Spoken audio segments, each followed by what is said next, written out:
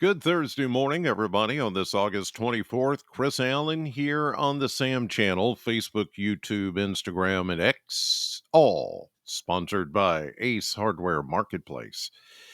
So it was another scorcher yesterday. We officially hit a high of 96 in Bowling Green. That's just 1 degree shy, not of a record, but of the warmest day so far in this year, which was July 28th when we hit 97. And I think today we could hit 97, possibly 98. I still think either today or tomorrow or both days are going to be the two hottest days of the year, except for that one July 28th day when we hit 97. Now, 96 that we hit yesterday, that was 7 degrees warmer than the average of 89, and that daily average is going to start to come down a little bit more each 2 or 3 days or so. That's because of the shorter days, the longer nights, the closer we get to the beginning of autumn. And it's not because of the cool down coming this weekend. It's just we're at that point at the end of August when we start to see the average high and the average lows start going down, as it should, as we transition from late summer to early fall. So things are going to change regardless of what the short-term forecast shows, which is more heat. But we do see better rain chances starting to enter the picture. Now, this is a look at radar as of almost 7 a.m. On this Thursday morning. And you'll note this big complex, it is decaying, and it's going to follow the track here of this frontal boundary. So it looks like it's going to be steered a little more south and east, but before it gets steered, it is going to come, I think, and affect parts of eastern Kentucky. Here we are right here in, to the west and southwest of that complex. Unless there's some back building that happens, back here, if it happens to tap into an old boundary, which I doubt there's much of one because it's just been nothing but heat the last couple of days. I don't think we're going to see anything out of this today. There could be some counties to the far east of us in the central bluegrass, more along Interstate 75, that could get something out of this morning. Cincinnati's getting something. You get up into Columbus, Ohio, Dayton, they're all getting some thunderstorms and some brief heavy rain. Huntington, Charleston, Ashland, that area will get something out of it this morning, but for us, probably not. But our chance is coming. Our chance is going to come eventually this weekend, and it's not going to be a lot of rain, but it will be enough. And that front coming in is going to be enough to cool us down and bring us some refreshing temperatures, as a matter of fact. So get ready for that. But in the meantime, we stand in the throes of this excessive heat warning, which does continue again today for a good chunk of western Kentucky, southern Indiana, and that includes the Bowling Green area, southern Kentucky, along and west of Interstate 65.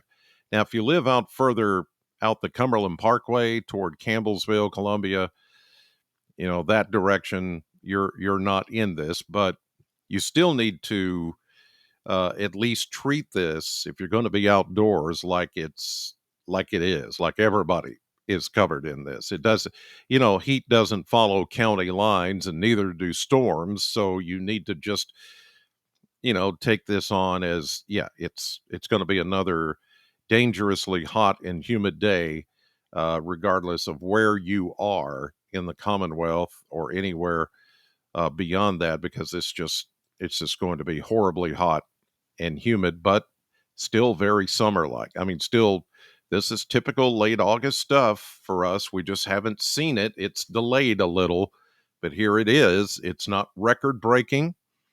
It's not record breaking. Not here. Not here. This is really more of a typical late August for our area, for the Mid South region. the Ohio Valley, the Tennessee Valley. This is not unusual. I remember these kind of summers when I was a kid, so it's not anything new. It's presented sometimes as something new and hyped up as something new, but it's not new. This is really a normal, more typical late August for our area. So it's not, for those of you that are, just I'm not going to get on the soapbox, but just don't buy into the hype. This is like it should be in August before it gets cooler. Here's a look at mesonet temperatures this morning. We're starting out mainly low, even mid 70s, and it's a humid air mass. And yes, it is going to be the start of another scorcher of a day, and probably back into the mid 90s, maybe even upper 90s for some of you as we hit that 96 mark. Yesterday, we'll probably do that or even more so today. It wouldn't surprise me if we hit 97. There may be some places that hit 98. It's the heat index in the afternoon, like we saw yesterday, that's going to hit 105, 106, maybe closer to 110. That's extremely dangerous if you're going to be outdoors. Stay hydrated, limit your time outdoors, get inside and cool off, take breaks as often as you can.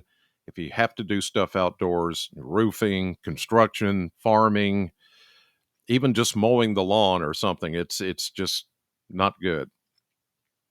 Tomorrow, yes, still could be the hottest day of the year if we get closer to that 99 as you see there. I'm not confident we'll get there.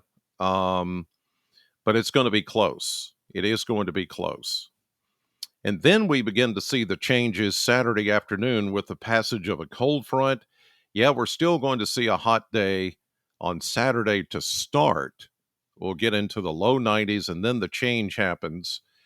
We see more low to mid 80s, even though it's showing 86 on Sunday, low to mid 80s. I'm throwing in some slight rain chances in there during the afternoons when we could get something.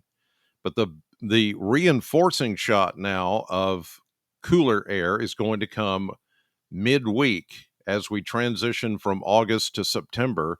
Look at those around 80 temperatures. Some of you could actually be upper 70s. How about that? That is extra nice. And the lower dew points, lower humidity, that's going to make it feel even better. And then we go back into somewhat into the mid 80s for the end of next week. So it's coming. A nice cool down is coming compared to what we've had lately. We just got to give this a little more time. Now, what about rain chances? Rain chances have bumped up just a little, not a lot, but at least there's some rain in there in the forecast. Here's a look at the model map. We start with right now in that complex of thunderstorms I showed you on radar that was moving more west. Now it's going to take a jaunt to the south and southeast as we go through the morning. You can watch it even begin to fall apart as it gets closer to Lexington and down toward maybe Campbellsville, Somerset, in that area later this morning. Then it's gone. But we're going to tap into some of this available moisture soon. Here we go into this afternoon tonight. Nothing showing up here. Now, as we get into Friday, here comes another complex. And then we've got two of them. We've got one over the Missouri Boot Hill that gets going. Then we got this leftover out to the east of us. And these two are going to kind of make a run at us. I think by tomorrow afternoon, we're going to see an increase. And once that moisture gets tapped into at one place, then it's almost like the cap comes off of the atmosphere, the lid of warm air, and then we start to see development of showers and thunderstorms. Not everybody's going to get in on this, but I do think we'll see something develop tomorrow afternoon. So I've put in the chance there. Also, a chance on Saturday afternoon and even Sunday, and Monday. We've got rain chances in there. We've got the frontal boundary for one that's going to come through, and then a backdoor kind of system that's going to come through later that's going to help in that regard to tap into the moisture. The thing is, we've had boundaries come in, but they've been very dry, and all they've done is just kind of tease us a little bit. We haven't been sitting in the right spot, so to speak, to get the real moisture. But this time, I think we've got a couple of chances to tap into the moisture and get something as far as rain, which we need. Right now, we're running 2.38 inches behind year to date on pacing for rainfall.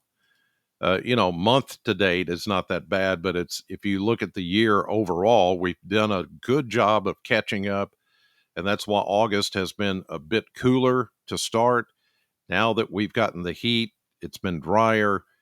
We need to stay on pace here as far as precipitation, and I think we're actually going to get back there soon.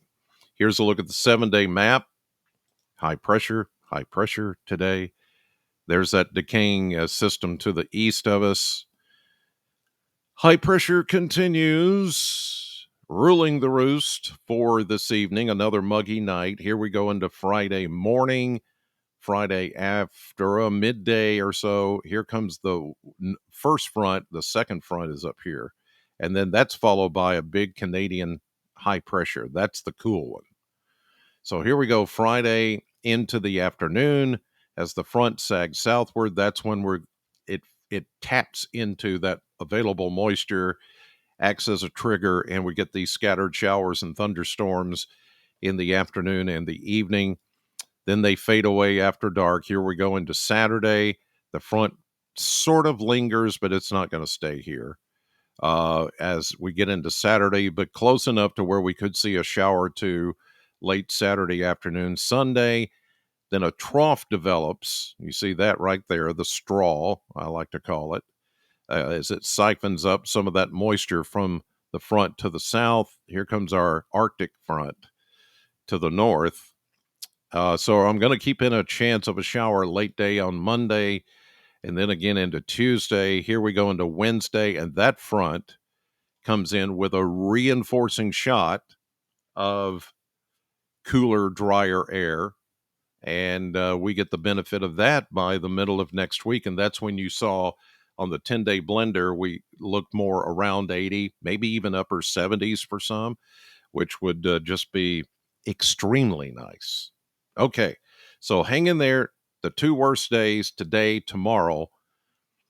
And then we start to see a little transition on Saturday, but a big transition on Sunday, and then a reinforcing shot of cooler air by Wednesday of next week. Today, back into the mid to upper 90s with a heat index 105 or higher.